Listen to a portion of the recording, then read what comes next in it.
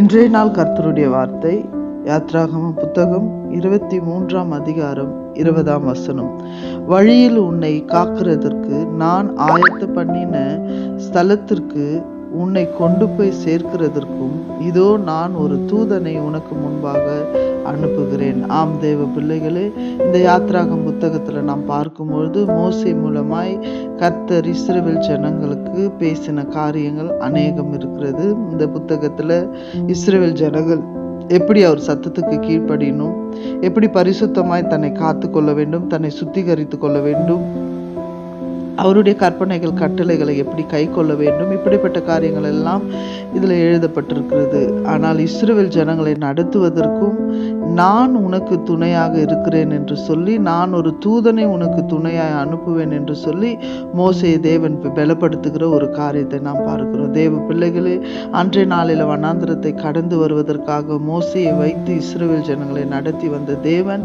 இன்றைய நாளிலும் நம்மளுடைய வாழ்க்கையில் இருக்கிற வனாந்திரங்களை கடந்து வருவதற்காக கர்த்தராகிய இயேசு கிறிஸ்து நம்மளோடு கூட வழிகாட்டியா இருக்கிறார். அவர் சொல்லுகிறார், நானே வழியும் சத்தியும் ஜீவனமா இருக்கிறேன்.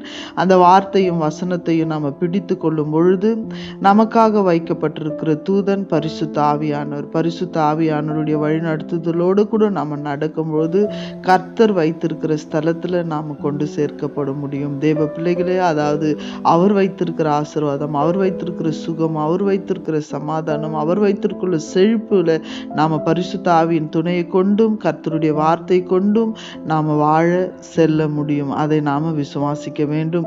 கர்த்தருக்கு விரோதமாய் உன் ஜனங்கள் பாவம் செய்து கோபம் ஊட்டக்கூடாது என்று சொல்லி யாத்ராகம் புத்தகத்துல நாம பார்க்கிறோம். தேவனுக்கு விரோதமாய் ஒரு நாளும் நாம் பாவம் செய்கிறவர்களாய், தேவனுக்கு துரோகம் பண்ணுகிறவர்களாய் நாம இருக்கக்கூடாது. சங்கீதம் 1 அதிகாரத்துல சொன்னது போல, துன்மார்க்கருடைய ஆலோசனை நடவாம, பாவியினுடைய வழியில நில்லாம, பரியாசக்காரர் உட்கார இடத்துல உட்காராம, கர்த்தருடைய வேதத்துல நம்ம பிரியமா இரவும் பகலும் பிரியமா இருந்தோம்னா நம்ம பாக்கியவானா இருக்கிறோம்.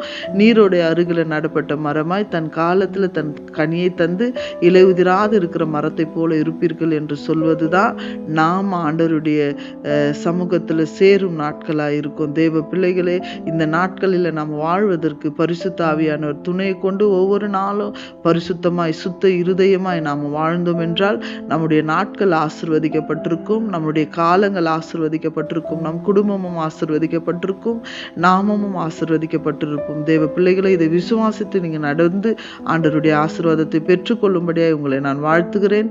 God bless you. கர்த்தர் உங்களோடு இருப்பாராக. ஆமென்.